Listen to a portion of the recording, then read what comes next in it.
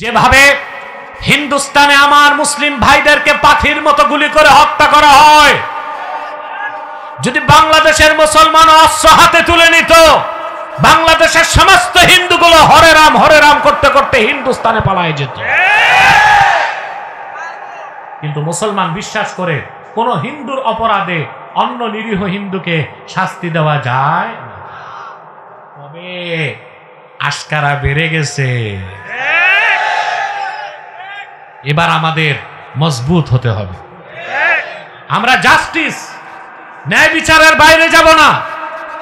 নিরীহ হিন্দুরা তাদের মতো আছে থাকুক, কিন্তু হিন্দুত্ববাদকে পুঁজি করে সন্ত্রাসী সংগঠন ইসকন বাংলাদেশে মুসলমানদের সাথে হিন্দুদের দাঙ্গা সৃষ্টি করবে, তা হতে দেওয়া হবে না। ভারতকে বলে দিচ্ছি, তোমাদের যত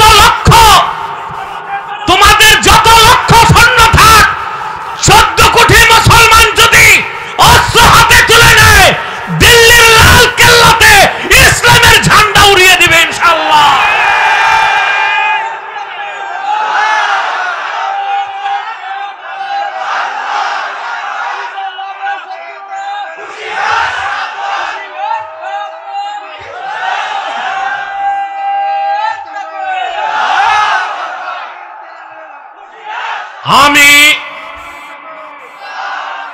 আমি মোস্তফা বিয়া কমপ্লেক্স ট্রাস্টের ময়দান থেকে বর্তমান অন্তর্বর্তী সরকারকে বলছি, অনতি বিলম্বে চট্টগ্রামের আদালত প্রাঙ্গণে আমার মুসলিম ভাইকে হত্যার বিচার বাংলাদেশের মুসলমান নির্বাচনের আগে দেখতে চায়। আদালতে প্রকাশ্যে একজন অ্যাডভোকেট সাইফুলকে হত্যা করা হলো। মানুষকে এইভাবে মারে, তার গোস্ত হাড্ডি আলাদা করে দেওয়া হয়েছে। কোথায় পেয়েছি ইসকন এই দুঃসাহস? বাংলাদেশে বিভিন্ন রাজনীতিতে ইসকনের দালালরা ঘাপটি মেরে বসে আছে। বাংলাদেশে যে দল ভারতের দালালি করে ক্ষমতায় যেতে চায়, তাদেরকে আমাদের বলতে হবে না, বাংলাদেশে ভারতের দালালি চলবে না। ইসকন নামে কোন সংগঠন থাকতে পারবে না। ইসকন হচ্ছে সন্ত্রাসী সংগঠন, নিষিদ্ধ করতেই হবে। অ্যাডভোকেট সাইফুলের হত্যাকারীদেরকে দ্রুত ট্রাইব্যুনালে ফাঁসির রায় দিয়ে শাস্তি কার্যকর করতে হবে। মুসলমানের ধৈর্যের বাঁধ যদি ভেঙে যায়, তখন তারা আইনের পরোয়া করবে না। ভারতে ওরা নির্যাতন করে আমাদের উপর। এখন সংখ্যাগরিষ্ঠ আমরা বাংলাদেশে, এখানেও নির্যাতন করে। আমাদের সহনশীলতারে দুর্বলতা পাইছো। বেটা, সিংহ ঘুমায় থাকলে ঘুমায় থাকতে দাও, সিংহের কানে সুরসুরি দিও না। হুঙ্কার যখন সিংহগুলো দিবে, তো হরে রাম করতে করতে পালায়াও, বর্ডার ক্রস করার টাইম পাবা না। চ্যানেলটি সাবস্ক্রাইব করে আমাদের সঙ্গেই থাকুন।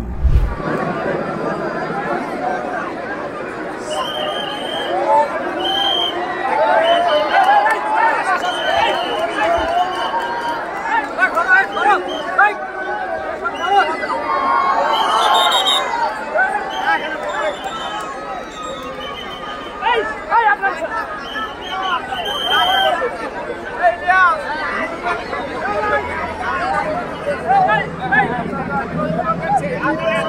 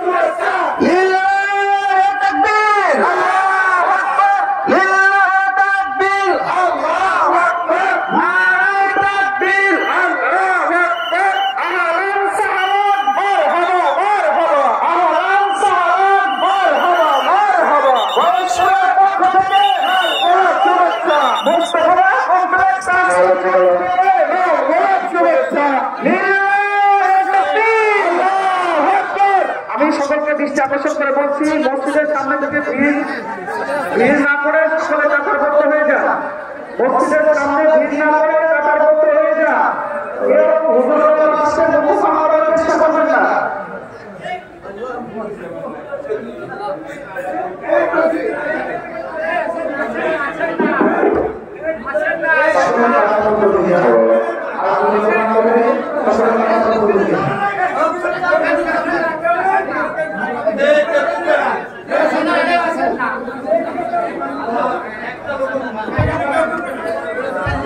লিল্লাহে তাকবীর, লিল্লাহে তাকবীর, লিল্লাহে তাকবীর।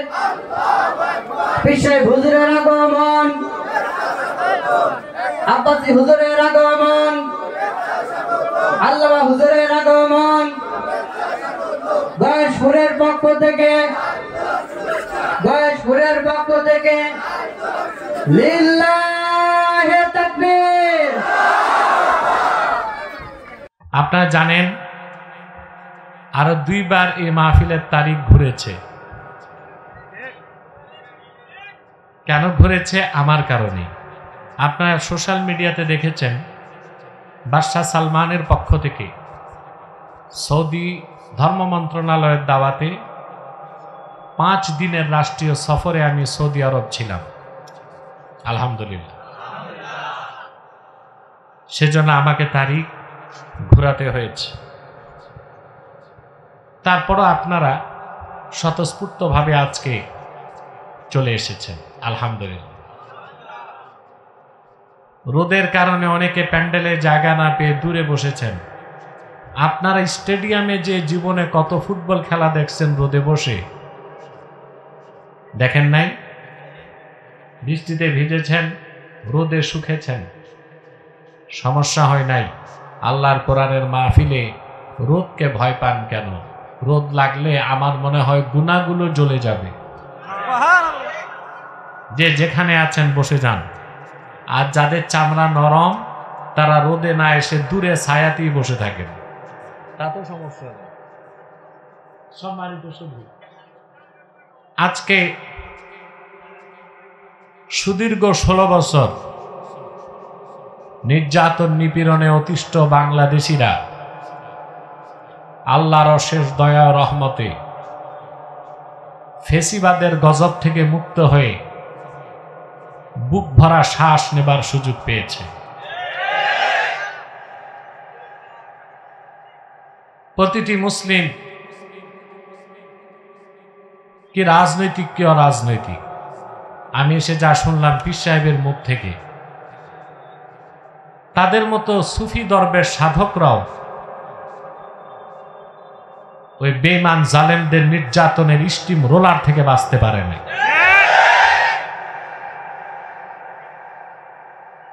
আমি আগেও বলেছি আমার রাজনৈতিক বক্তব্যে, আজও বলছি, এই গজব থেকে দেশ মুক্ত হয়েছে, পিছনে কোনো মাস্টার মাইন্ড নাই, কোনো দলের কৃতিত্ব নাই, আল্লাহর গজবেই তারা ধ্বংস হয়েছে, ঠিক না? এখন এই বিপর্যস্ত বাংলাদেশকে পুনর্নির্মাণ করতে দেশীয় বিদেশি বিভিন্ন চক্র রোল প্লে করতেছে। প্রত্যেক মতাদর্শের ধারকরাই চাচ্ছে তাদের মতো করে দেশ সাজাতে, ঠিক না? এখানে ভারতের দালাল কুচুকরিরাও আছে, আবার আটলান্টিকের ওপার থেকে যারা আমাদের দেশে মাতব্বরি করে ওদের এজেন্টও আছে। বাংলাদেশের প্রোপাইটার হচ্ছে 14 কোটি মুসলমান। এরা সিদ্ধান্ত নিবে বাংলাদেশ কি রকম হবে, বাংলাদেশের সংবিধান কি রকম হবে, আইন কি রকম হবে, পলিসি কি রকম হবে, ঠিক না? এই সমাধানগুলো আমাদেরকে অবশ্যই কোরআন ও সুন্নাহ থেকে গ্রহণ করতে হবে। সেজন্য আমাদের প্রকৃত আত্মপরিচয় আমাদের জানতে হবে। আমি বাঙালি, আমি বাংলাদেশি, এগুলো কোনো মৌলিক পরিচয় না। আমার পরিচয় আগে জানতে হবে, আমি কে? আমি মুসলিম। আমি রাসূলুল্লাহর উম্মত। এর চেয়ে বড় গর্ববোধ করার মতো কোনো পরিচয় আর মুসলমানের হতে পারে না। আমাদের সেই পরিচয়, আমাদের মর্যাদা, আমাদের অধিকার আর আমাদের কর্মসূচি কি, এই কথাগুলো ব্যাখ্যা করতে আমি সূরা আলে ইমরান থেকে 110 নম্বর আয়াত তেলাওয়াত করেছি। আমি আলোচনায় প্রবেশ করতে চাই, কি বলেন? ভূমিকাতে একটা কথা বলবো। এই যে আপনারা দুপুরবেলা না খেয়ে চলে এসেছেন, সে কখন থেকে বসে আছেন, আমার সাথে জুমা পড়লেন, খুতবা শুনলেন, এখন বয়ান শুনতেছেন, বাড়ি তো গেলেন না, ঠিক না? তার মানে কি? নিশ্চয় আল্লাহ তাআলা আপনাদেরকে পছন্দ করেছেন। খুশি হলেন না? আল্লাহ তাআলা যে পছন্দ করেছেন তার প্রমাণ কি? আল্লাহ যে বান্দাকে পছন্দ করেন তাকে দ্বীন শিখার ব্যবস্থা করে দেন।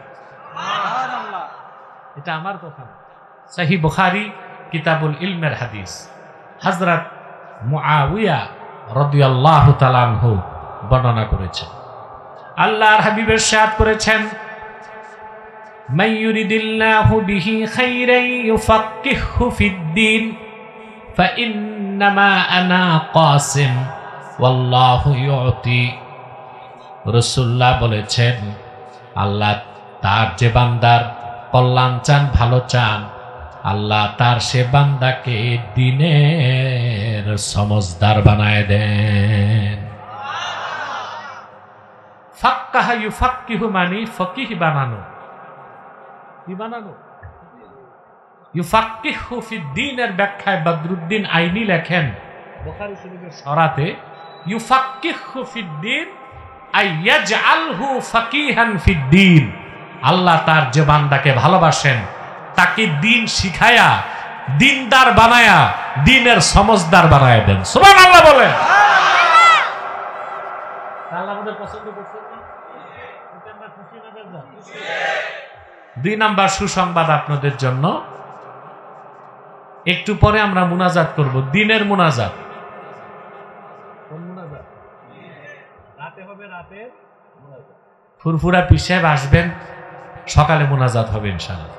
কিন্তু আমি তো আপনাদেরকে নিয়ে দিনে একটা মুনাজাত করব না, এককভাবে না সম্মিলিতভাবে। আপনারা মুনাজাতে হাত তোলার সাথে সাথে আপনাদের জিন্দেগির সগীরা গুনাহ সব মাফ হয়ে যাবে। আর যদি মুনাজাতে একটু চোখের পানি ফেলতে পারেন, কবিরা গুনাহ মাফ হয়ে যাবে। তা আমরা যখন মুনাজাত করে বাড়ি যাব, আজকে দিনে শিশুর মতো নিষ্পাপ হয়ে বাড়ি যাব, বলেন না আলহামদুলিল্লাহ? এটা আমার কথা না। ইমামে হায়সামি মাজমাউজ জাওয়ায়েদের মধ্যে নকল করেন, আল্লাহর হাবিব ইরশাদ করেছেন, আমার উম্মতের কোন মুমিন যদি হাত তুলে আল্লাহর কাছে দোয়া করে, বাকিরা যদি তার সাথে সম্মিলিতভাবে আমিন আমিন বলে, আমার উম্মতের সম্মিলিত মুনাজাত আল্লাহ রাব্বুল আলামিন কবুল করে নিবেন। তাহলে একটু পর আমরা যে মুনাজাত করব, আমাদের গুনাহগুলো মাফ হয়ে যাবে। খুশি আছেন? কথা বলে না। এই বসেন, বসেন, একেবারে বসেন সবাই, আমাকে ডিস্টার্ব করবেন না, বসেন। মাইকের যে অবস্থা এটা ঠিক হবে না, এভাবেই চলবে। চিন্তা করেন না, মাইকম্যানের ওযু নাই, জুমার নামাজটা পড়েন, এটা কি মানুষের কাতারে আছে? এটার কি মাইক ঠিক করবে? টাকা দেবার সময় হিসাব করে টাকা দিবেন। যদি ওদেরকে এভাবে ছেড়ে দেন, ওরা কিন্তু গান আর নাটকের অনুষ্ঠান সুন্দর করে দেয় কিলের ডরে, আর ওয়াজ মাহফিল গুলো নষ্ট করে। আমাদের তো মূল হাতিয়ার এইটা, এটা না? এটাই যদি সমস্যা হয়, তা আমি কথা বলবো কেমন করে? জুমার খুতবার সময় দেখছেন কি ডিস্টার্ব, দেখছেন না? এখন যে অবস্থায় আছে এভাবেই থাক, আর নাড়াচাড়া করবেন না। আমি আস্তে আস্তে কথা বলি, আপনাদের মনোযোগ আছে তো? তা আমরা খুশি, আল্লাহ খুশি। বেজার শুধু শয়তান, আর শয়তানের চেলা চামুন্ডারও বেজার। অবশ্য শয়তানের চেলার সংখ্যা কিছু কমছে এখন, কমছে না? যদি আগের মতো থাকতো তো মাহফিল তো করতে পারতেন না। গত বছর তো আমি আসতে পারি নাই। কারা বন্ধ করছে? কোরআনের মাহফিল যারা বন্ধ করে, ওগুলো বনি আদমের সন্তান না, ওগুলো শয়তানের চেলা চামুন্ডা। মাহফিলটা বন্ধ করলো গত বছর অন্যায়ভাবে, প্রশাসনকে হাতিয়ার করে। তো এবার শয়তানের চালাচুমনটা কম, একেবারে যে নাই তা বললেন না। এখন শয়তান আপনাদেরকে একটা চক্রান্ত বাকি আছে, ওয়াসওয়াসা দেওয়া যায় কিনা, মুনাজাতের আগে উঠানো যায় কিনা। আমরা ন্যাক নিয়ত করছি, শয়তানের গালে নাপাক গালে একটা চপেটা ঘাত করব, ন্যাক নিয়ত করে। পারবেন? আমরা নিয়ত করছি কিছুক্ষণ পরে আজকের মুনাজাত করে গুনাহ মাফ করে নিষ্পাপ বেহেশতি আল্লাহওয়ালা হয়ে বাড়ি যেতে চাই। কারা কারা হাত তুলে দেখে?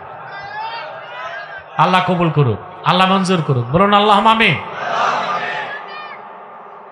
আল্লাহ আমাদেরকে রহমত করুক। আল্লাহ তো কিছুটা আমাদেরকে গরম কমাই দিয়েছেন, ঠিক না? আমরা আল্লাহর কাছে একটু বাতাস চাই, আল্লাহ আমাদেরকে একটু বাতাস দিয়েও ঠান্ডা করে দেয়। বলুন আল্লাহ আমিন। পড়ুন আমার সঙ্গে, যেন প্রতিটি বাক্যের, প্রতিটি শব্দের, প্রতিটি অক্ষরের নূর আল্লাহ তাআলা আমাদের সিনায় বিকশিত করে দেন। পড়ুন আউযু বিল্লাহি মিনাশ শাইতানির রাজীম। বিসমিল্লাহির রাহমানির রাহিম। কুনতুম খায়রা উম্মাতিন উখরিজাত লিন-নাস تأمرون بالمعروف وتنهون عن المنكر وتؤمنون بالله ولو آمن أهل الكتاب لكان خيرا لهم منهم المؤمنون وأكثرهم الفاسقون।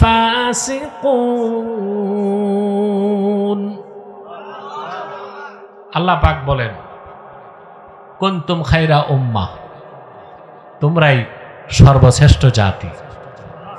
সুবহানাল্লাহ। এই ঘোষণা কার? উম্মতে মুহাম্মাদি ঈমানদারদেরকে আল্লাহ বলেছেন তোমরাই শ্রেষ্ঠ জাতি।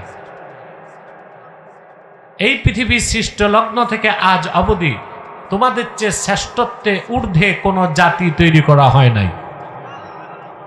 সুবহানাল্লাহ। আল্লাহ উম্মতে মুহাম্মাদির মাধ্যমে ৭০টি জাতি গোষ্ঠীর সমাপ্তি টেনেছেন। সুবহানাল্লাহ। পৃথিবীর প্রত্যেকটা জাতি তার শ্রেষ্ঠত্বের দাবি করে না? বাঙালি বলে আমি শ্রেষ্ঠ। যেগুলো উপজাতি আছে, নিরী গোষ্ঠী উপজাতি, তাদের কোনো সভ্যতা নেই, ওরাও বলে আমরা সেরা জাতি। মার্কিনেরা বলবে আমরা সেরা জাতি। আর চোরের মার বড় গলা, ওই হিসেবে ব্রিটিশরা, ইংরেজরা বলে আমরাই সভ্য জাতি, সেরা জাতি। আর আমি বলি পৃথিবীর মোস্ট আনসিভিলাইজড নেশন, এই পৃথিবীর সবচেয়ে অসভ্য জাতি হচ্ছে ইংরেজ জাতি। ওদের ইতিহাস, ওরা ছিল জলদস্যু, সমুদ্রে চুরি করত, ডাকাতি করত, আর সাম্রাজ্য বিস্তার করে বিভিন্ন দেশ থেকে সম্পদ লুণ্ঠন করে ব্রিটেনকে সমৃদ্ধ করছে, ঠিক না? বাংলাদেশের সমস্যা, এই বীজ বপন করে গেছে কারা? জোরে বলেন। ইংরেজরা। আজ থেকে ১৭৫৭ সালের আগে বাংলাদেশ একটা মুসলিম স্বাধীন রাষ্ট্র ছিল। পুরা হিন্দুস্তান ছিল মোগল মুসলিমদের হাতে। ক্ষমতা ছিনতাই করেছে কুখ্যাত ইংরেজরা। আপনাদের বাপদাদা পূর্বপুরুষকে ধোঁকা দিছে তারা ২০০ বছর, ঠিক না? তারপর তাদের দালালদেরকে রেখে গেছে, তাদের উত্তরসূরিদেরকে রেখে গেছে। চলে যাবার পরও তারা সুদীর্ঘ ২৪ বছর পাকিস্তানিরা এই দেশকে নির্যাতন করলো। ৭১-এ দেশ স্বাধীন হওয়ার পর যারাই ক্ষমতায় আসলো শুধু মুসলমানদেরকে ধোঁকা দিল আর ক্ষমতায় যাবার সিঁড়ি হিসেবে ব্যবহার করলো, ঠিক না? মূলে কারা? বীজ বপন করছে কারা? এই জন্য আমি বলি তারা অসভ্য জাতি। পৃথিবীর প্রত্যেকটা জাতিগোষ্ঠী শ্রেষ্ঠত্বের দাবি করতে পারে, কিন্তু সেই কথার কোনো মূল্য নাই। স্বয়ং আল্লাহ রাব্বুল আলামিন উম্মতে মুহাম্মাদির শ্রেষ্ঠত্বকে সার্টিফাইড করেছেন। আল্লাহ বলেন, কুনতুম খায়রা উম্মাতিন উখরিজাত লিন-নাস।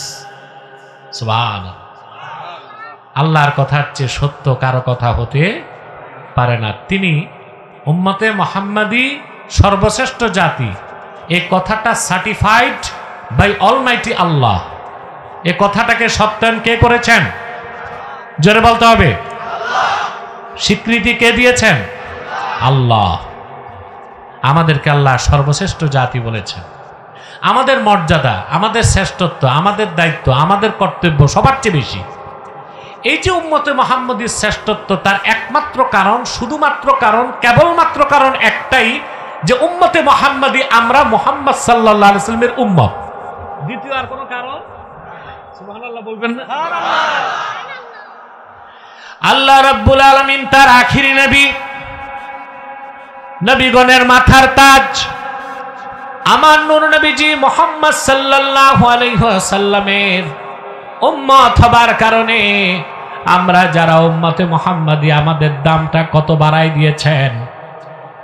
আমাদের বয়স কম কিন্তু মর্যাদা বেশি, আমাদের ইবাদতের সময় কম কিন্তু ইবাদতের দাম বেশি।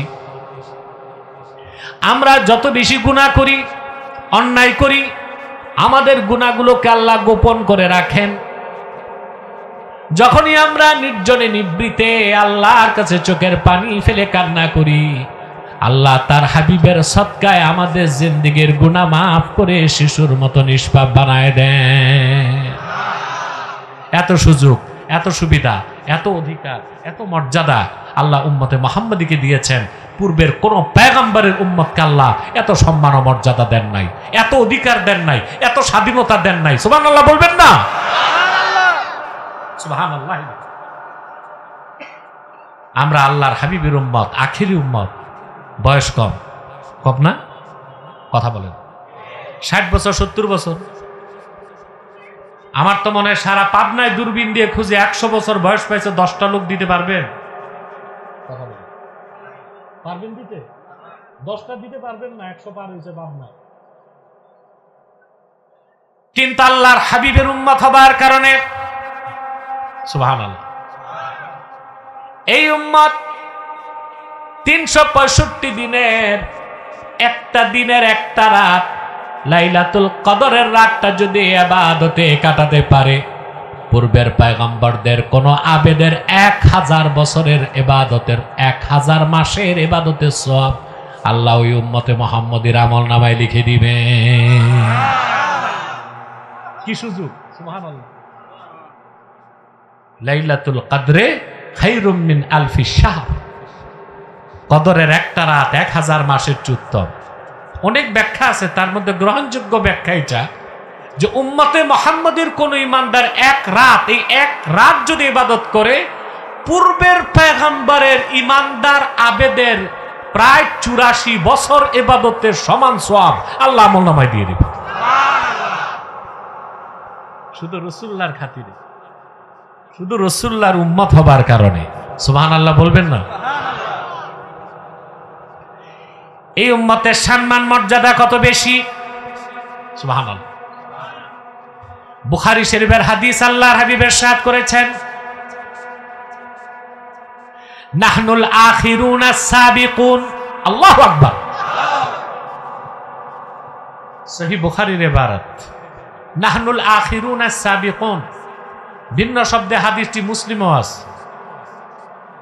আল্লাহর হাবিব বলেছেন, উম্মত মনে রেখো, সাহাবায়ে কেরাম মনে রেখো, আগমনের দিক দিয়ে আমরা সবার পরে এসেছি, কিন্তু আখিরাতে হাসর ময়দানে, মিজানে, পুলসিরাতে, জান্নাতে থাকবো সবার আগে। নাহনুল আখিরুন আস-সাবিকুন। এই ইবারতের ব্যাখ্যা আল্লামা বদরুদ্দিন আইনি উমদাতুল কারিতে লেখেন, নাহনুল আখিরুনা ফিদ দুনিয়া আস-সাবিকুনা ইয়াউমাল আখিরাহ। রাসূলুল্লাহ উম্মতকে বলেছেন, উম্মতে মুহাম্মাদি, আমার উম্মত, তোমরা আসছো সব উম্মতের পরে, কিন্তু আমার উম্মত হবার কারণে তোমরা হাসর ময়দানে থাকবা সবার আগে। হাসর ময়দানে সামনের কাতারে তোমরা, মিজানের পাল্লায় সামনের কাতারে তোমরা, কাউসারের কাছে তোমরাই আগে, পুলসিরাতে তোমরাই আগে, জান্নাতের দরজায় তোমরাই আগে, জান্নাতে ঢুকবা তোমরাই আগে। আল্লাহু আকবার। এই হচ্ছে আমাদের শান, আমাদের মর্যাদা, আমাদের শ্রেষ্ঠত্ব। কিন্তু আমরা বাঙালি সব ভুলে গেছি। এখন আমরা পরিচয় দেই আমরা বাঙালি, আমরা বাংলাদেশি। এগুলো আমাদের কোনো পরিচয় না। আমাদের প্রিন্সিপাল আইডেন্টিটি, আমরা হচ্ছে উম্মতে মুহাম্মাদি, আমরা শ্রেষ্ঠ জাতি। আমাদের অধিকার বেশি, সম্মান বেশি, আমাদের স্বাধীনতা বেশি, আমাদের দায়িত্ব এবং কর্তব্য বেশি। ঠিক না? সুবহানাল্লাহি বিহামদিহি। রাসূলুল্লাহর হাদিসের ব্যাখ্যাটা দেখেন সাল্লাল্লাহু আলাইহি ওয়াসাল্লাম। দেখুন, আমরা আসছি পরে, বেহেশতে যাব এটা বুঝাবো একটু। কথা বলে আপনার বিদেশ গেছেন, যারা প্লেনে গেছেন, ঠিক না? এয়ারক্রাফট বা প্লেনে 3টা ক্লাস থাকে, first class, business class, economy class. এখন বিভিন্ন এয়ারলাইন্স আরেকটা ক্লাস খুলেছে, প্রিমিয়াম ইকোনমি। তো মোটামুটি সবচেয়ে দামি সিট, সম্মান বেশি, ভালো ভালো খাবার, যত্ন বেশি বিজনেস ক্লাস। এটা হচ্ছে ইকোনমি ক্লাসে যেটা টিকিট 50,000, বিজনেস ক্লাসে ওই টিকিটটার দাম হবে একই প্লেনে 2 লাখ টাকা, ঠিক না? আর আপনি বিদেশ যাবেন, ইকোনমি ক্লাসের যাত্রীকে এয়ারপোর্টে যেতে হয় প্লেন ছাড়া আর কমসে কম 4 ঘন্টা আগে, 9 ঘন্টা আগে। আর বিজনেস ক্লাসের যাত্রী 2 ঘন্টা আগে গেল সমস্যা নাই। যখন প্লেনের দরজায় সিঁড়ি বা বোর্ডিং ব্রিজে প্লেন লাগায়, টিউবে মনে করেন, তখন উঠবে কারা আগে, ইকোনমি ক্লাসের যাত্রী না বিজনেস ক্লাস? কথা বলেন। ওরা তো এয়ারপোর্টে আসছে পরে, কিন্তু প্লেনে উঠবে আগে। আর ইকোনমি ক্লাস আসছে আগে, প্লেন উঠবে পরে। 70টি উম্মতের পরে আমাদের মাধ্যমে আল্লাহ তাআলা সমস্ত জাতি গোষ্ঠীর সমাপ্তি টেনেছেন। সবার পরে আমরা এসেছি, কিন্তু মুহাম্মদ সাল্লাল্লাহু আলাইহি সাল্লামের উম্মত হবার কারণে সবার আগে জান্নাতে যাব। সম্মান কত বেশি আল্লাহ আমাদেরকে দিবেন। দুনিয়াতে আমাদের সম্মান সবচেয়ে বেশি, আখিরাতে আমাদের সম্মান সবচেয়ে বেশি। দুনিয়াতে আল্লাহ আমাদেরকে কি সম্মানটা দিছে দেখেন না? আল্লাহ কোরআন কারীমে বলেছেন, وَكَذَلِكَ جَعَلْنَاكُمْ أُمَّةً وَسَطًا لِتَكُونُوا شُهَدَاءَ عَلَى النَّاسِ। আর এভাবেই উম্মতে মুহাম্মাদি আমি তোমাদেরকে শ্রেষ্ঠ জাতি এবং ন্যায়পরায়ণ জাতি বানায় দিয়েছি। আমার তর্জমাটা খেয়াল করেন, وَكَذَلِكَ جَعَلْنَاكُمْ أُمَّةً وَسَطًا। অধিকাংশ বক্তা বা স্কলারকে দেখি তর্জমা করে, আর এভাবেই আমি তোমাদেরকে মধ্যপন্থী উম্মত বানাইছি। না, এই তর্জমা পরিপূর্ণ না। এই তর্জমা কোন তাফসিরে এই তর্জমা আসে নাই। আমাদের দেশের বক্তার মৌলবী সাহেবরা ওয়াজ করে, তাফসিরটা একটু দেখে না। وَكَذَلِكَ جَعَلْنَاكُمْ أُمَّةً وَسَطًا সমস্ত তাফসিরে আসছে, হাদিসের অসংখ্য রওয়ায়াত আসছে, মধ্যপন্থী বলা হয় নাই উম্মতে মুহাম্মাদিকে, বলা হয়েছে উম্মাতাও ওয়াসাতা, আয় খিয়ারাও ওয়া আদলা। উম্মতে মুহাম্মাদি আমি তোমাদেরকে শ্রেষ্ঠ উম্মত বানাই দিয়েছি, আমি তোমাদেরকে ন্যায়পরায়ণ উম্মত বানাই দিয়েছি। কেন? লিতাকুনু শুহাদা আলান নাস, যেন তোমরা আল্লাহর পক্ষে গোটা মানব জাতির জন্য সাক্ষ্যদাতা হতে পারো। বলেন সুবহানাল্লাহ। এই জমিনে আমরা আল্লাহর সাক্ষ্যদাতা। সহজ কথা, কার সাক্ষ্যদাতা? আমরা কার সাক্ষ্যদাতা? আল্লাহর সাক্ষ্যদাতা। আমরা যেটা সাক্ষ্য দিব আল্লাহ সেটাই বিচার হিসেবে সিদ্ধান্ত দিবেন। সুবহানাল্লাহ। হাসর ময়দানে আদম থেকে ঈসা পর্যন্ত লাখের উপর পয়গম্বর আর তাদের ঈমানদার উম্মতদের পক্ষে আমরা সাক্ষ্য দিব। হাদিস সাক্ষ্য দেয়, ও মিয়া সাহেব আবার রোদ দেখে উঠতেছেন, বৃষ্টি আসলে না একটা কথা, বৃষ্টি তো নাই, রোদের কারণে কেউ ভয় পায়। একটু ধৈর্য ধরেন, একটু ধৈর্য ধরেন, প্যান্ডেলটা আরো বড় করা দরকার ছিল। তাহলে মানুষগুলো দূরে না বসে ছায়ায় প্যান্ডেলে এসে বসতে পারত। প্যান্ডেলের বাইরে তো রোদ।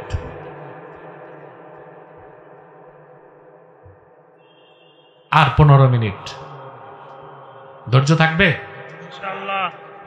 এর মধ্যে আমি আমার বক্তব্য একটা মেসেজ আপনাদেরকে দিতে পারবো ইনশাআল্লাহ। ঠিক আছে? আমাদের মর্যাদাটা কত বেশি। হাসর ময়দানে আমরা হব সাক্ষ্যদাতা। কার সাক্ষ্যদাতা? দুনিয়াতেও আমরা কার সাক্ষ্যদাতা? এই যে মুসলমানের ইজমা, মুসলমানের ইজমাকে না মানলে ঈমান থাকবে? সুবহানাল্লাহ। আমাদের দেশে অনেকে আছে ইজমাকে দলিল মানে না, বলে কোরআন সুন্নাহই তো দলিল। অবশ্যই কোরআন সুন্নাহ মূল দলিল, ইজমা এবং কিয়াসও দলিল। ইজমা এবং কিয়াসও দলিল। এখন ইজমা যে দলিল তার প্রমাণ হচ্ছে কোরআনের এই আয়াত, ওয়াকাযালিকা জাআলনাকুম উম্মাতাও ওয়াসাতান লিতাকুনু শুহাদাআ আলান নাস। উম্মতে মুহাম্মাদি তোমাদেরকে আমি শ্রেষ্ঠ উম্মত, ন্যায়পরায়ণ উম্মত বানায় দিয়েছি যেন তোমরা মানব জাতির জন্য সাক্ষ্যদাতা হতে পারো। কার পক্ষে? সেজন্য উম্মতে মুহাম্মাদির ইজমা যদি হয় কোনো বিষয় হালাল, আল্লাহ সেটাকে হালাল বলেন। উম্মতে মুহাম্মাদির আলেমরা যদি ইজমা করে বলে এটা হারাম, আল্লাহর দৃষ্টিতে এটা হারাম। উম্মতে মুহাম্মাদির ইজমা যদি হয় কোনো দলকে বলা হয় তারা কাফের, আল্লাহর দৃষ্টিতে ওই দলটা কি? কাফের। উম্মতে মুহাম্মাদির ইজমা যদি হয় কোনো ফেরকা বাতিল, আল্লাহর দৃষ্টিতে ওই ফেরকাটা বাতিল। কারণ আল্লাহ আমাদের বানায় দিয়েছেন কি? সাক্ষ্যদাতা। সুবহানাল্লাহ বলবেন না? সুবহানাল্লাহ। এটা দুনিয়ায়।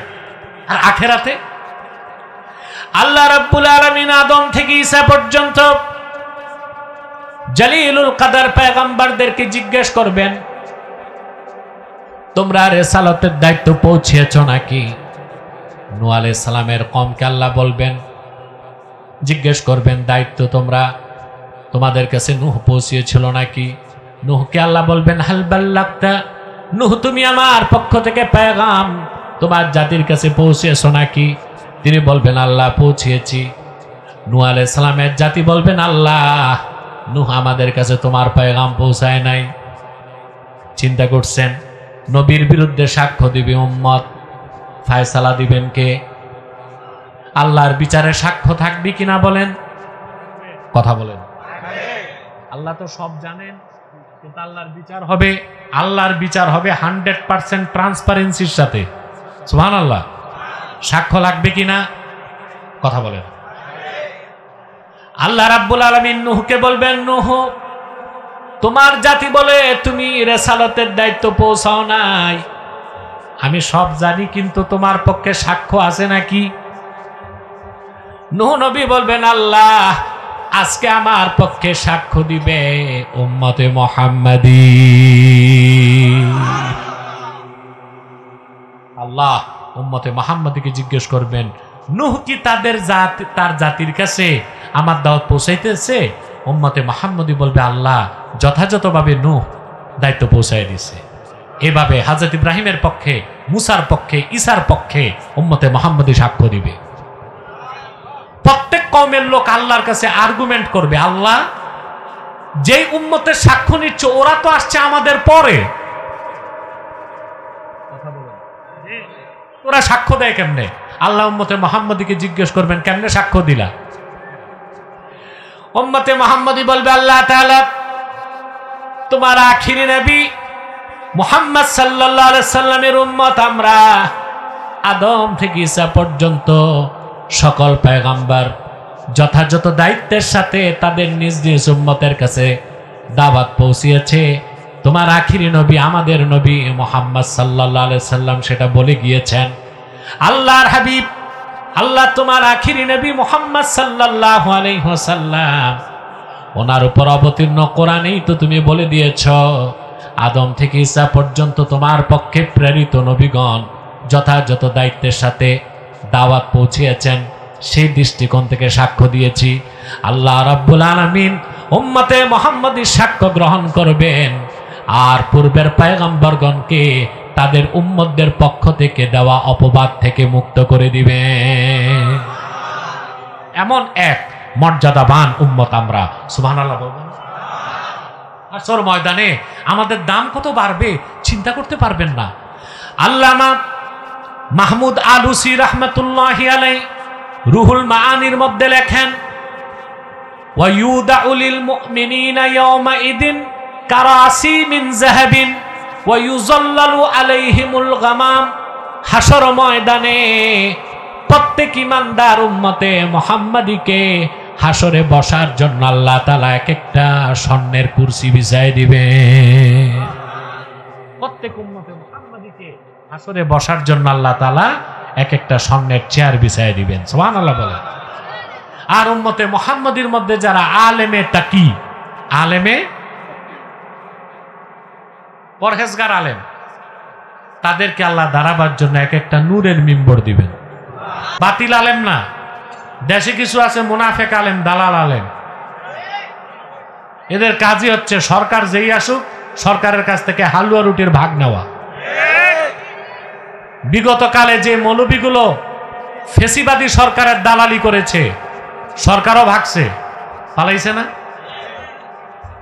শুধু পালাইছে ভাই, কেউ পালাইছে স্বামীর বাড়ি,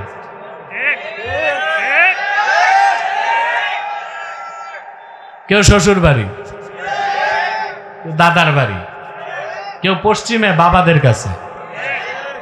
আর যে মৌলবীগুলো দালালি করছে, এই মৌলবীগুলো, এই বাতিল মৌলবীগুলোর তো জুতা পেটা করা দরকার। শিরক ও কুফরে বিশ্বাসী, হাজারো আলেমের রক্তে হাত রঞ্জিত খুনি এবং জালেমকে ওই ভণ্ড আলেমরা, এক ভণ্ড আলেম বেহেশতের সার্টিফিকেট দিয়েছিল। এই মৌলবীর আখেরাতও গেছে, দুনিয়াও গেছে, মসজিদে চাকরিটাও গেছে, শুধু পিঠাটা খায় নাই। চালাক তো। আমি যখন তারে ধরছিলাম, আমি তার নাম নেই নাই, এই মৌলবী গণার টাইম আছে আমার। আমি ওই সময়ের অবৈধ রাষ্ট্রনায়ককে নিয়ে কথা বলেছিলাম যে তার তো ইমানই নেই, বেহেশতে যাবে কেমন? এত বড় খুনি আর জালেম কি বেহেশতে যায় নাকি? ওই মৌলবী খুব খেপছিল, আমারে অ্যারেস্ট করবে, জেলে দিবে, এই করবে, সেই করবে। আমারে জেলে দেওয়ার আগে গোষ্ঠী সহ জাহান্নামে গেছে। আর 10 মিনিট, আমার টাইম তো বাধা, 3:30 আমাকে উঠে যেতে হবে, সেজন্য আমি আর 15 মিনিট কিছু কথা শোনাচ্ছি। তো ওই যে মৌলবী আমারে জেলে দিবে, একটা মৌলবী না, কত মৌলবী চেষ্টা করছে সরকার কিন্দুন দিয়া জেলে ঢুকাবে আমাকে, কিন্তু কে জেলে যাবে আর কে যাবে না ফয়সালা কোথায় হয়? সুবহানাল্লাহ। আমাকে ওরা কোনোদিন ভাঙতে পারবে না, মনে করবেন মেরে ফেলতে পারবে, কিন্তু ভাঙ্গায় দিতে ইনশাআল্লাহ আল্লাহর হাবিবের জুতা মোবারকের সদকায় কাফের মুশরিক বেঈমানরা আর বাতিলরা আমাকে কোনো ভেঙ্গে দিতে পারবে না, হত্যা করতে পারবে। কারণ এটাই তো আমি আল্লাহর কাছে কামনা করি। আমি কারাগারের অন্ধকার কুঠুরিতে রাত যাপন করতে পছন্দ করি না, বরং ময়দানে আল্লাহ দ্বীনের কথা বলে শাহাদাতকে পছন্দ করি। তা আল্লাহ তো আমার দোয়া কবুল করবেন। তো বলছিলাম, এই দালাল মৌলবী গিরি করলে হালুয়া রুটির ভাগ পাওয়া যায়, আখেরাত পাওয়া যায় না। পাওয়া যায়? আল্লাহর হাবিবকে সাহাবায়ে কেরাম জিজ্ঞেস করেছেন, আইয়ুন নাসে শাররুন, মানুষের মধ্যে সবচেয়ে খারাপ কে? আল্লাহর হাবিব বলেছেন, আল আলিমু ইদা ফাসাদা, সেই আলেম যে আলেম বরবাদ হয়ে যায়, ধ্বংস হয়ে যায়, নষ্ট হয়ে যায়, ওই আলেম হচ্ছে সবচেয়ে খারাপ। বুঝলেন? ভাত যখন পচে যায় পান্তা ভাত হিসেবে খাওয়া যায়, আর বিরিয়ানি পচে গেলে, কথা বলেন, ভাত পচে গেলে আর বিরিয়ানি পচলে, তো মৌলবী যেটা দালাল হয়ে যায় ওটা পচে যায়, ওটা আর কোনো কাজে লাগে না দালালি করা ছাড়া। উম্মতে মুহাম্মাদীর প্রত্যেক মুমিনের জন্য এক একটা স্বর্ণের কুরসি থাকবে, সুবহানাল্লাহ বলবেন না? আর উম্মতে মুহাম্মাদীর প্রত্যেক নেককার আলেমের জন্য হাসরে এক একটা নূরের মিম্বর থাকবে। শুধু কি তাই আমার ভাইরা, কুনতুম খায়রা উম্মাহ, আমাদের শ্রেষ্ঠত্ব দুনিয়ায়, সুবহানাল্লাহ কইবেন না? আমার কি সুবহানাল্লাহ বলা শিখাই দিতে হবে? রাসূলুল্লাহর উম্মতে মুহাম্মাদি হিসেবে আমাদের শ্রেষ্ঠত্ব দুনিয়ায়, আমাদের শ্রেষ্ঠত্ব আখিরাতে, আমাদের শ্রেষ্ঠত্ব জান্নাতে, হাসর ময়দানে আমাদের শ্রেষ্ঠত্ব কি হবে? হাদিস সাক্ষ্য দেয়, আল্লাহর হাবিব ইরশাদ করেছেন, আহলুল জান্নাতি ইশরুনা ওয়া মিআতু সাফিন, হাসর ময়দানে জান্নাতীদের 120টা কাতার হবে। রাসূলুল্লাহ বলেছেন ওই 120 কাতারের মধ্যে আমার উম্মত হবে সামনের 80 কাতার। সুবহানাল্লাহ। আদম থেকে ঈসা পর্যন্ত লাখের উপর পয়গম্বর যারা, তাদের ইমানদার উম্মত সবারটা মিলে হবে মোটে 40 কাতার, আর আমরা উম্মতে মুহাম্মাদি হব 80 কাতার। দেখেন না, পৃথিবীতে আজকে আল্লাহর হাবিব মুহাম্মদ সাল্লাল্লাহু আলাইহি সাল্লামের আনিত দ্বীন ইসলাম পরিপূর্ণ হওয়ার ১৫০০ বছর পরে সারা পৃথিবীতে এখন মুসলমানের সংখ্যা প্রায় 200 কোটি, আর মানুষ আছে 800 কোটি। 200 কোটি তো আমরা, 200 কোটি, এই 200 কোটি মানুষের হাত কত? 400 কোটি। পৃথিবীতে এই 200 কোটি মুসলমান এক থাকলে কিসের ঘোড়ার ডিমের পরাশক্তি আর ধরা শক্তি? কেউ তো দাঁড়াতে পারে না। আর মুসলমানের সংখ্যা দিন দিন বেড়ে চলছে। অপরদিকে আল্লাহু আকবার, আরে মুসলমান, আল্লাহর কুদরত গুলো তাকায় তাকায় দেখবা, আর আল্লাহর গজব যাদের উপর, ওই গজব গুলো কেমনে আসে ওগুলো দেখবা। আজকে শুধু পৃথিবীতে মুসলমানদের সংখ্যা বাড়তেছে, আর ইসলাম মুসলমান ছাড়া প্রত্যেক অমুসলিম সম্প্রদায়ের জনসংখ্যা কমতেছে। যেমন গত বছর 3 মাস টানা ইটালিতে নতুন কোনো শিশু জন্ম নেয় নাই। আমেরিকাতে, ইউরোপে জনসংখ্যার হার কমে যাচ্ছে। রাশিয়াতে এখন প্রায় 14 কোটি মানুষ। কত? বিশাল দেশ, 1 কোটি বর্গ কিলোমিটারের চেয়ে বেশি একটা দেশ রাশিয়া। ওখানে 14 কোটির মতো মানুষ মাত্র, কিন্তু জনসংখ্যা কমে যাচ্ছে। এজন্য আমি লজ্জা না করেই বলতেছি, প্রেসিডেন্ট পুতিন সরকারি ফরমান জারি করছে যেন রাশিয়াতে প্রতিটা মানুষ সেক্সুয়াল রিলেশন, স্ত্রীর সাথে সম্পর্কের অপেক্ষায় যেন রাত পর্যন্ত অপেক্ষা না করে। জনসংখ্যা এত কমতেছে, পুতিন বলে দিছে অফিসে, আদালতে, ফ্যাক্টরিতে যখন সুযোগ পাও স্ত্রীর কাছে যাবা, তাড়াতাড়ি সন্তান বাড়াও। আপনারা হাসবেন কেন? আমি কোনো কৌতুক করি নাই, এটা ইন্টারন্যাশনাল মিডিয়ার খবর।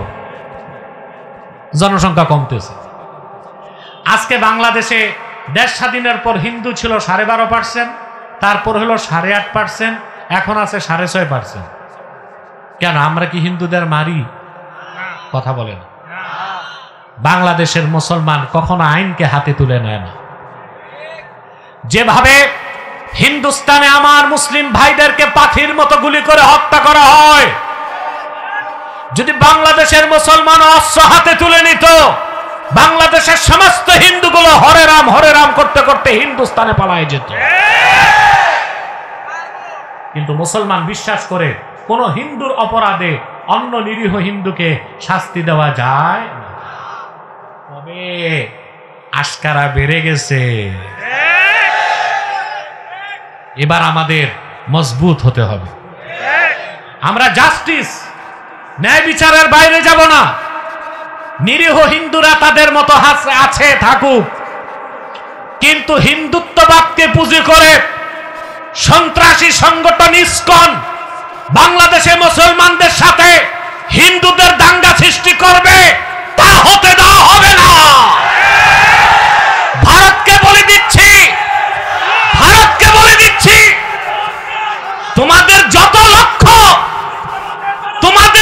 লক্ষ সৈন্য থাক, 14 কোটি মুসলমান যদি অস্ত্র হাতে তুলে নেয়, দিল্লির লাল কেল্লাতে ইসলামের ঝান্ডা উড়িয়ে দিবে ইনশাআল্লাহ।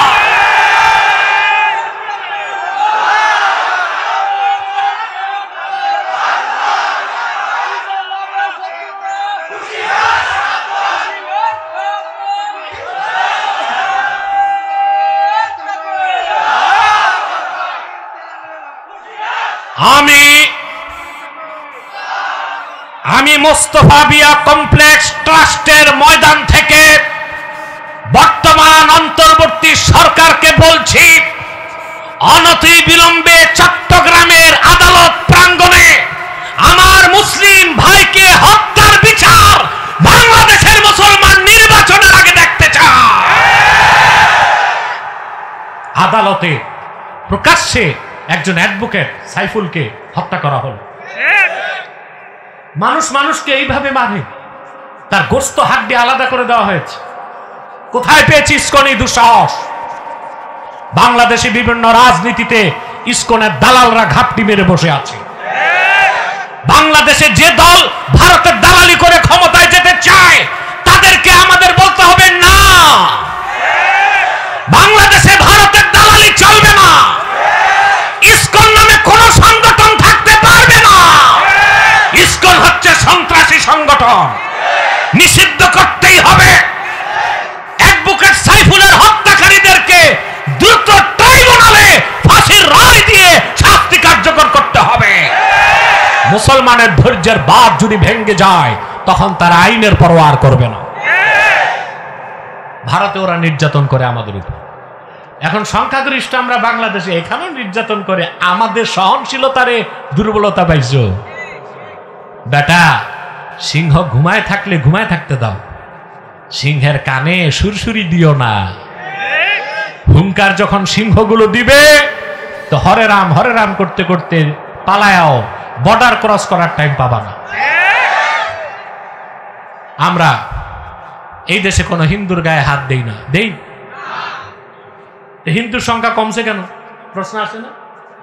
বাংলাদেশ জনসংখ্যা অধিদপ্তর 2021 সালে দেখেছে নাটকীয়ভাবে হিন্দুদের প্রজনন ক্ষমতা কমে যাচ্ছে। তো ওদের ফ্যাক্টরি ফিউজ হয়, আমরা কি করব?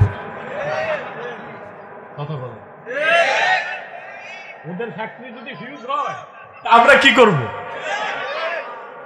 এরপর পৃথিবীতে আরেকটা সন্ত্রাসী জাতি আছে, ইহুদি। সারা পৃথিবীতে ইহুদিদের সংখ্যা এখন 1 কোটি। কত? আন্ডা বাচ্চা সহ মাত্র 1 কোটি। ইহুদিদের সংখ্যা কমে যাচ্ছে কেন? গবেষকরা দেখেছে মানুষের সন্তান হবার জন্য ক্রোমোজোম লাগে, সেক্স ক্রোমোজোম।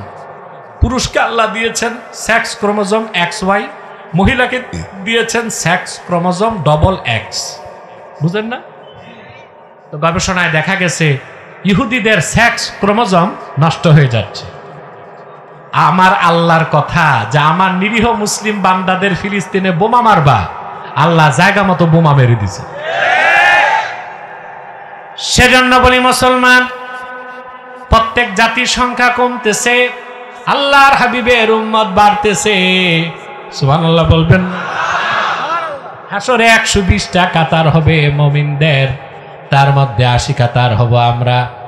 এই হচ্ছে আমাদের সম্মান, আমাদের শ্রেষ্ঠত্ব, আমাদের মর্যাদা। শুধু তাই নয়, কোরআন কারীম সাক্ষ্য দেয় আল্লাহ রাব্বুল আলামিন উম্মতে মুহাম্মাদের ঈমানদার যারা, তাদেরকে হাসর ময়দানে VIP সম্মান দিবেন। সুবহানাল্লাহ বলবেন না? থাকবে তো 80 কাতার সামনে, ঠিক না?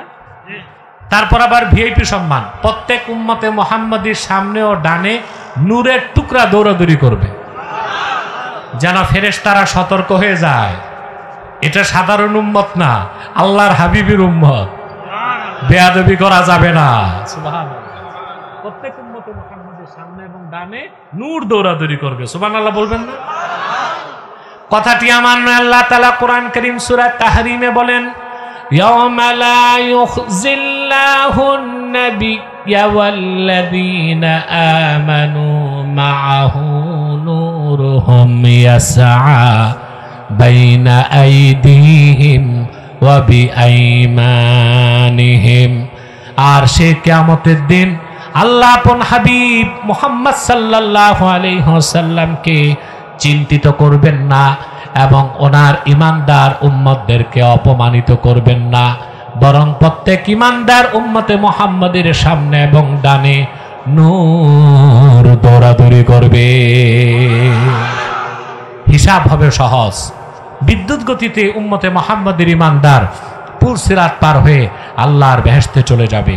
এই হচ্ছে কুনতুম খায়রা উম্মা, আমরা যে শ্রেষ্ঠ জাতি, আমাদের শ্রেষ্ঠত্ব, আমাদের উৎকৃষ্টতা, আমাদের অধিকার, আমাদের স্বাধীনতা রইল আমাদের দায়িত্ব। এত যাদের দাম, এত যাদের মর্যাদা, এত যাদের সম্মান, তাদের দায়িত্ব কি বেশি না? কথা বলেন, দায়িত্ব হিসেবে আল্লাহ তাআলা বলেন উখরিজাত লিন-নাস, উম্মতে মুহাম্মদী তোমরা শুধু তোমাদের কাজ করবা না, তোমাদেরকে বের করা হয়েছে গোটা বিশ্বের মানুষের কল্যাণে। সুবহানাল্লাহ বলেন, সারা দুনিয়ার মানুষের কল্যাণে। তোমাদের কাজ দুইটা, তা'মুরুনা বিল মা'রুফি ওয়া তানহাউনা আনিল মুনকার, তোমরা সৎ কাজে আদেশ করবে, অসৎ কাজে বাধা দিবে। সুবহানাল্লাহ বলেন। এখন সৎ কাজে আদেশ আর অসৎ কাজে নিষেধের পদ্ধতি কি হবে আমি সহজে বুঝাই। আপনার তো সাধারণ জনগণ তাত্ত্বিক কথা তো বুঝবেন না, আমি একটু সহজে বুঝাই। সৎ কাজের আদেশ, নামাজ পড়ো, এটা সৎ কাজের আদেশ। মদ পান করো না, এটা নিষেধ, অসৎ কাজের নিষেধ। এখন আলেম ওলামা পীর মাশায়েখ স্টেজে উঠে মঞ্চে বসে মানুষকে বলে নামাজ পড়েন, রোজা রাখেন, হজ করেন, যাকাত দেন, সুদ খাবেন না, ঘুষ খাবেন না, মদ খাবেন না, জেনা করবেন না, বলেন সৎ কাজে আদেশ করতেছে, অসৎ কাজে নিষেধ করতেছে। কিন্তু শরীয়তের হুকুম হচ্ছে মুসলিম ভূখণ্ডে কোনো মুসলিম যদি নামাজ না পড়ে তারে বেত লাগাও। কি লাগাও? এখন আপনাদের এখানে যে জুমার নামাজ পড়ে নেয়, কোন আলেম তারে বেত লাগাতে পারবে? কোন পীর সাহেব, চেয়ারম্যান, মেম্বার, এমনকি কোন এমপিও যদি বেনামাজি ধরে বেত লাগায়, ওর এমপিগিরি থাকবে? সংসদে কথা উঠবে, এমপি তো তালেবান, এমপি তো তালেবানপন্থী, আফগানিস্তান থেকে আসছে, ওর ইমপিচ করো, ইমপিচ করো, পারবে? শরীয়তের হুকুম মদ পান করলে 80 দৌড়া লাগাও। কত দৌড়া? এখন আমরা ওয়াজ করে বুঝাই মদ পান করবেন না, মদ পান করা হারাম, কিন্তু কোন মদখোরকে 80 দৌড়া লাগাতে কি পারি? কথা বলেন, শুধু মুখে বলতে পারতেছি মদ পান করবেন না, কিন্তু মদ পান যে করে তার শাস্তি দিতে পারি? শরীয়তের হুকুম মুসলিম ভূখণ্ডে প্রকাশ্য কোনো মদের দোকান থাকতে পারবে না। বাংলাদেশে আছে না? গুলশান বনানীতে যান, এখন তো প্রত্যেক জেলা শহরে মদের বার হয়ে গেছে। এখন মনে করুন আপনাদের এটা কোন থানা? পাবনা সদর।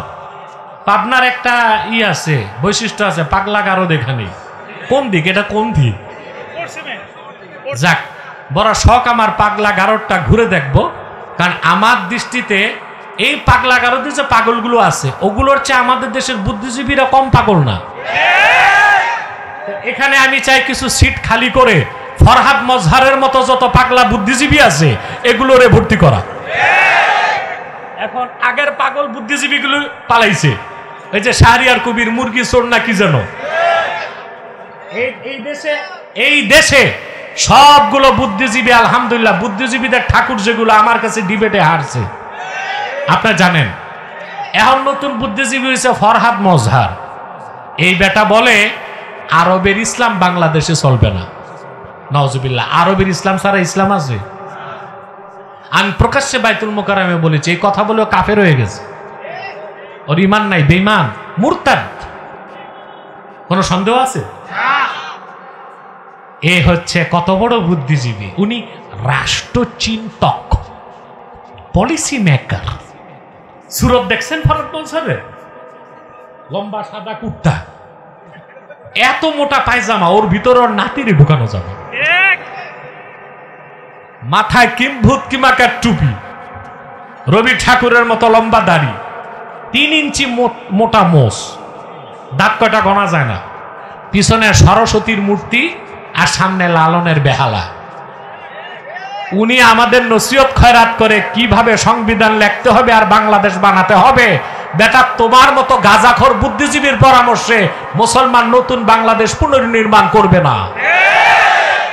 বাংলাদেশ কিভাবে গঠন করবে আর চলবে, এই দেশের সংখ্যাগরিষ্ঠ মুসলমানই সেই সিদ্ধান্ত নেবে। ঠিক কিনা? আমার মনটা চাইছিল পাগড়া গারদটা দেখে পিসাব খোঁজ দিবেন কোন সিট আছে কিনা খালি, এগুলোর এনে ভর্তি করবো আমি। এগুলোর মাথার ট্রিটমেন্টের খুব দরকার আছে। তো এই যে আপনাদের পাবনাতে মনে করেন সদরে একটা মদের দোকান হবে, আপনারা মেনে নিবেন? কথা বলেন। যে লোকটা মদ খায় মুসলমান, সেও কি মানবে? এখন প্রত্যেক এলাকায় বাংলাদেশে ইমাম ওলামা ঐক্য পরিষদ আছে না? এলাকার ইমাম ওলামা ঐক্য পরিষদ সিদ্ধান্ত নিছে যে মিছিল করে মদের দোকান বন্ধ করবে। শুক্রবার দিন 40 মসজিদ থেকে 30,000 মুসল্লি বেরোইছে, মিছিল করে গেছে।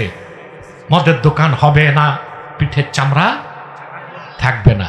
মদের দোকানের কাছে যায় দেখে রাষ্ট্রের অথরাইজড কিছু বাহিনী অস্ত্র হাতে দাঁড়ায় আছে, আর বলতেছে সাবধান মৌলবী সাহেবরা, জালাফান লাফাইছেন, এবার বাড়ি যায় দাওয়াত খান, সামনেও আসবেন না। কেন? কারণ আপনারা যে রাষ্ট্রে থাকেন, এই রাষ্ট্রের যে আইন কানুন আর বিধান, এই রাষ্ট্রকে ওই মদের দোকানদার মদ এনে ট্যাক্স দেয়, আর প্রতি গ্লাসে মদ দিয়া ভ্যাট দেয়। এই জন্য রাষ্ট্রের দায়িত্ব হয়ে গেছে মদের দোকান পাহারা দেওয়ার। কথা বলেন। তাহলে 40 মসজিদের ইমাম সাহেব ওয়াজ করে নসিহত করে মদের দোকান বন্ধ করতে পারলেন না। কিন্তু যদি রাষ্ট্র দায়িত্ব নিত মুসলিম ভূখণ্ডে প্রকাশ্যে কোনো মদের দোকান থাকবে না, তাহলে মদের দোকান বন্ধ করতে তো 30,000 মুসল্লি লাগে না, 10 জন পুলিশ আর একজন দারোগা এসে যদি দাঁড়ায়, মদের দোকানদার দোকান বন্ধ করে শ্বশুর বাড়ি পালাবে কিনা বলে? সৎ কাজের আদেশ, অসৎ কাজের নিষেধ। আলেমদের দায়িত্ব হচ্ছে মুখে, আর শাসকের দায়িত্ব হচ্ছে হাত দিয়ে। এখন লাগবে কেমন শাসক? এমন শাসক যে নিজে সকাল সন্ধ্যা মদ খায়, ওই শাসক মদের দোকান বন্ধ করবে, মদের বিরুদ্ধে আইন করবে। কেমন শাসক লাগবে? ইমানদার, নামাজি, তাকওয়াবান, পরকালে বিশ্বাসী, ইসলামী শরিয়া আইনে বিশ্বাসী। এইরকম শাসক যখন জায়গা মতো যাবে, মদের দোকান বন্ধ করতে আর মিছিল করতে হবে না, মদের লাইসেন্সই কেউ পাবে না। সৎ কাজের আদেশ, অসৎ কাজের নিষেধ, এটা হচ্ছে উম্মতে মুহাম্মাদের প্রধান কর্মসূচি। এটা 3টা স্তর। কয়টা? বাস এই কথাটা বলে আমি সমাপ্ত করে দিচ্ছি আমার তফসির।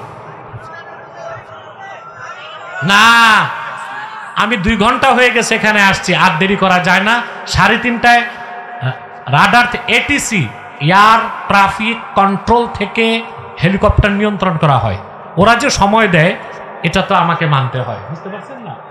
তো বলছিলাম, সৎ কাজের আদেশ, অসৎ কাজের নিষেধ, আল আমরু বিল মারুফ ওয়ান নাহয়ু আনিল মুনকার, আলাল উলামা বিল লিসান ওয়া আলা আওয়ামিন নাস বিল কলবি ওয়া আলাল উমারাই আল আমরু বিল মারুফ ওয়ান নাহয়ু আনিল মুনকার, আলাল উলামা বিল লিসান ওয়া আলাল উমারাই বিল ইয়াদি ওয়া আলা আওয়ামিন নাস বিল কলবি। সৎ কাজে আদেশ, অসৎ কাজে নিষেধ।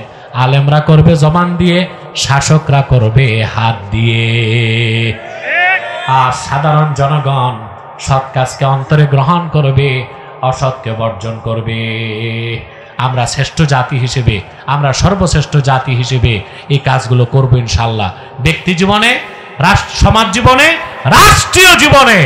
সেজন্য আমরা চাই খেলাফতের পদ্ধতিতে বাংলাদেশ ইসলামী শরিয়া আইন প্রতিষ্ঠিত হোক। وصدق رسوله النبي الكريم ونحن على ذلك من الشاهدين والشاكرين। আমি আপনাদেরকে বিদায় লগ্নে পাবনাবাসী একটা অনুরোধ করে যাই, করব? আপনাদের মাসলাক যার যেটাই থাক, টুপি যার যেই রঙের থাক, আর রাজনৈতিক দল যেটাই থাক, আমার স্লোগানটা বুকে লালন করবেন, মাসলাক যার যার, দিন ইসলাম সবার। কার টুপি গোল, কার লম্বা, এগুলো নিয়ে এখন ঝগড়া করেন না, পরে কল্লাই থাকবে না, টুপি লাগাইবেন তো।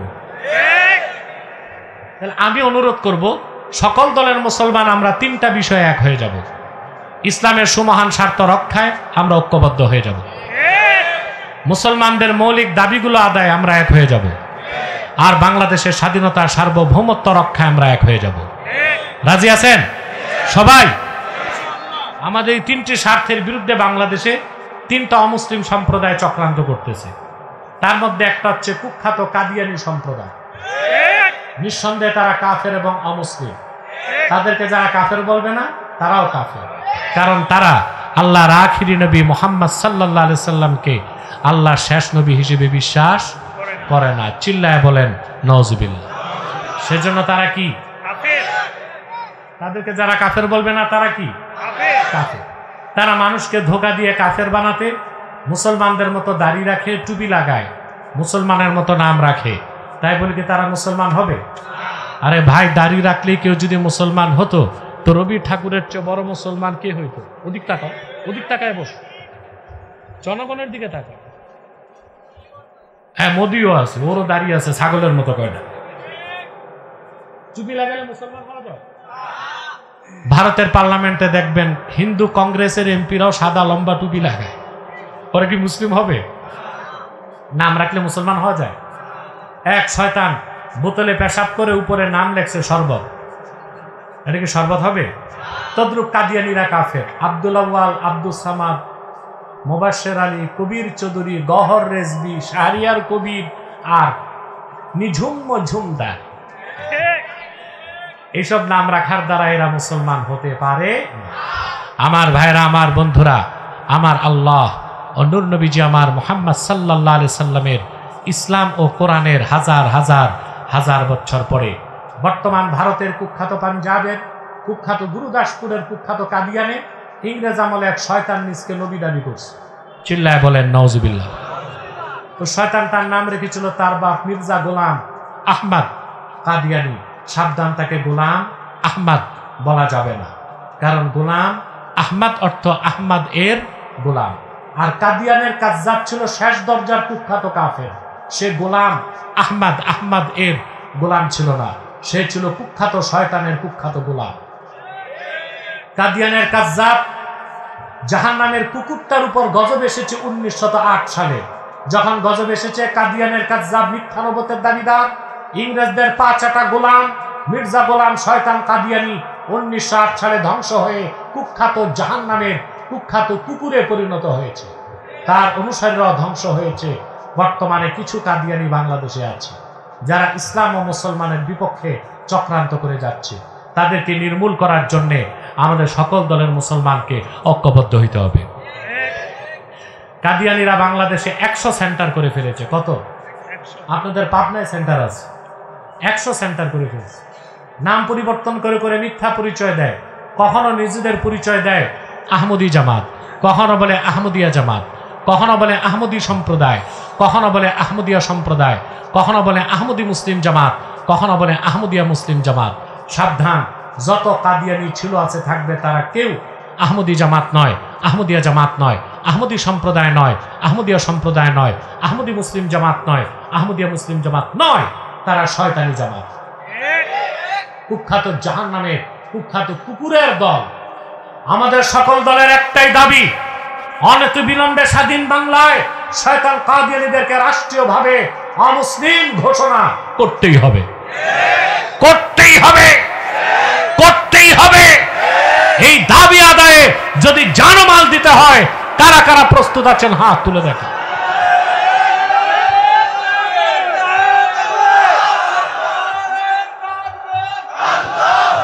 সম্মানিত সুধী,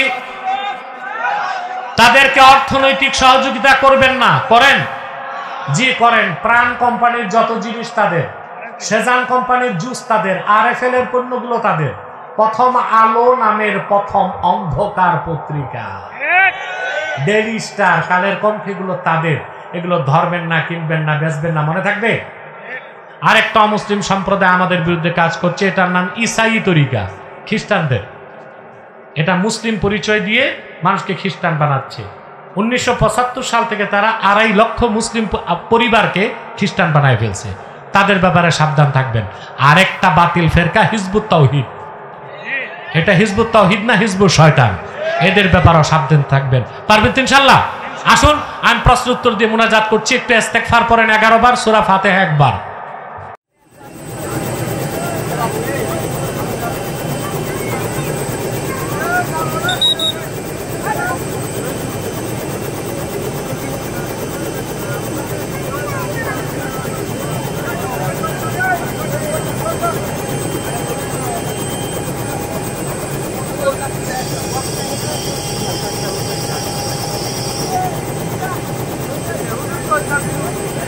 ভিডিও